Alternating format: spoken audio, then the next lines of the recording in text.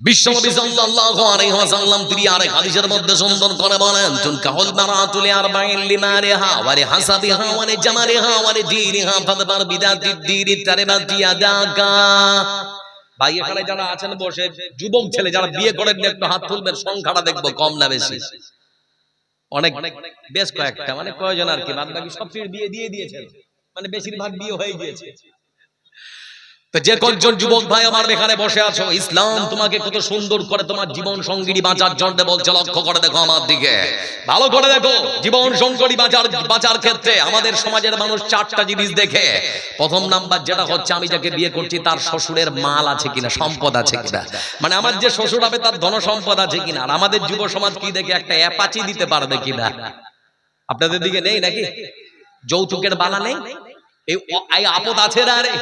যুবকদেরকে হাত তোলালাম কেন জানেন? যুবক ভাই আজকে প্রতিজ্ঞা করা যাবে না, আজকের এই জালসাতে, সাহেব ঘাটার জালসা থেকে একটু প্রতিজ্ঞা করো না যে পণ দেব না, পণ নেব না ইনশাআল্লাহ। যারা বলে ইনশাআল্লাহ। হালাল পন্থা আল্লাহ রেখেছে, হারাম পন্থায় ঢুকছে কেন? হালাল পন্থা আল্লাহ তোমার জড়ে রেখেছে। তোমার শ্বশুরের সম্পত্তিতে তোমার স্ত্রীর অধিকার আছে, সেই অধিকার তুমি বুঝে নাও, কোনো গুনাহ হবে না।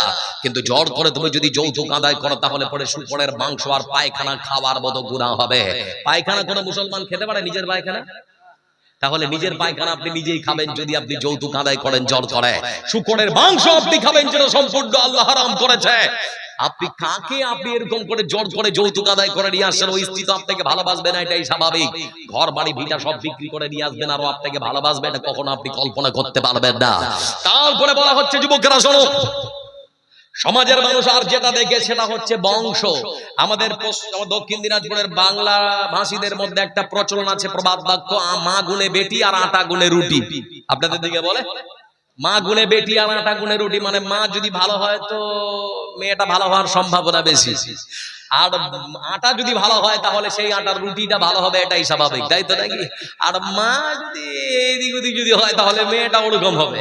মানে ফ্যাক্টরি যদি ভালো না হয় তাহলে সেই ফ্যাক্টরি থেকে ভালো প্রোডাক্ট বেরোবে না। বেরোবে কি? ভালো প্রোডাক্ট কখনো আশা করা যায় না, জন্য ফ্যাক্টরিটা আগে ভালো হতে হবে। সেজন্য ইসলাম বলেছে মানুষে দেখে বংশ, তারপরে যেটা দেখে সেটা হচ্ছে সৌন্দর্য। যুবক, তুমি যাকে বিয়ে করবে তুমি দেখো তার মধ্যে সৌন্দর্য আছে কিনা। কেন বলছি জানেন? বর্তমান সময় মেয়ে দেখার জন্য তুমি নিয়ে যাবে তোমার মা, তোমার খালা, তোমার ফুফু, তোমার বড় বোনকে। মেয়ে দেখতে যাবে, তুমি সাথে যাবে, তোমার সাথে তোমার বড় বোন, তোমার মা, তোমার খালা, তোমার ফুফু, তোমার আর 4 জন 10 জন যুবককে নিয়ে যেতে হবে না, কারণ বিয়ের আগে না হতে জেনা বেবিচার শুরু হয়ে যাবে। এজন্য বলছি, তোমার মেয়ে যদি পছন্দ হয়ে যায়, তখন তোমার বড় বোনের মুখ কানে কানে বলো, হ্যাঁ রে একটা কথা ছিল। বলে কি? বলে মেয়েটাকে একটু কলের গড়ায় নিয়ে যেত, গিয়ে মুখটা ভালো করে ধুয়ে পরিষ্কার করে দেখ আসল না নকল। বুঝতে পারছেন না কি বলছি?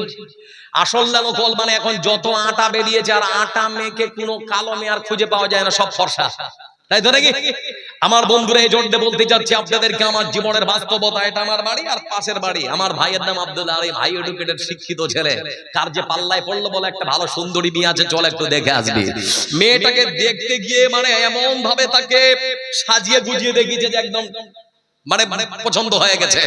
বাড়িতে এসে তার বাপকে বলছে আমি ওখানে বিয়ে করবো। মাত্র 4-5 দিনের ব্যবধানে বিয়ে ঠিক হয়ে গেল। বিয়ে করে যেদিন নিয়ে আসে সেদিনও চকচকে ঝকঝকে। রাত্রিবেলা বাসর রাত হওয়ার পর সকালবেলা যখন ওয়াশরুম থেকে তার স্ত্রী আঙিনায় নেমেছে মুখ ধুয়ে বড় বড় চোখ করে, তখন তাকাচ্ছে আর ভাবছে, শালা আমি একে বিয়ে করেছিলাম রে, আমি একে বিয়ে করেছিলাম রে, মানে এরকম ব্যাপার আর কি।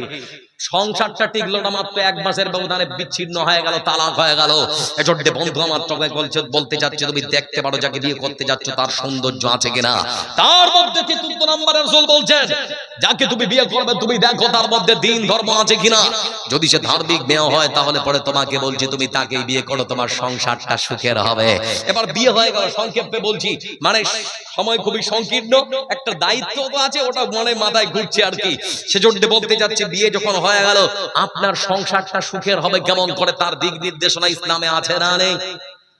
কথা বলেন, আছে না নেই? আছে।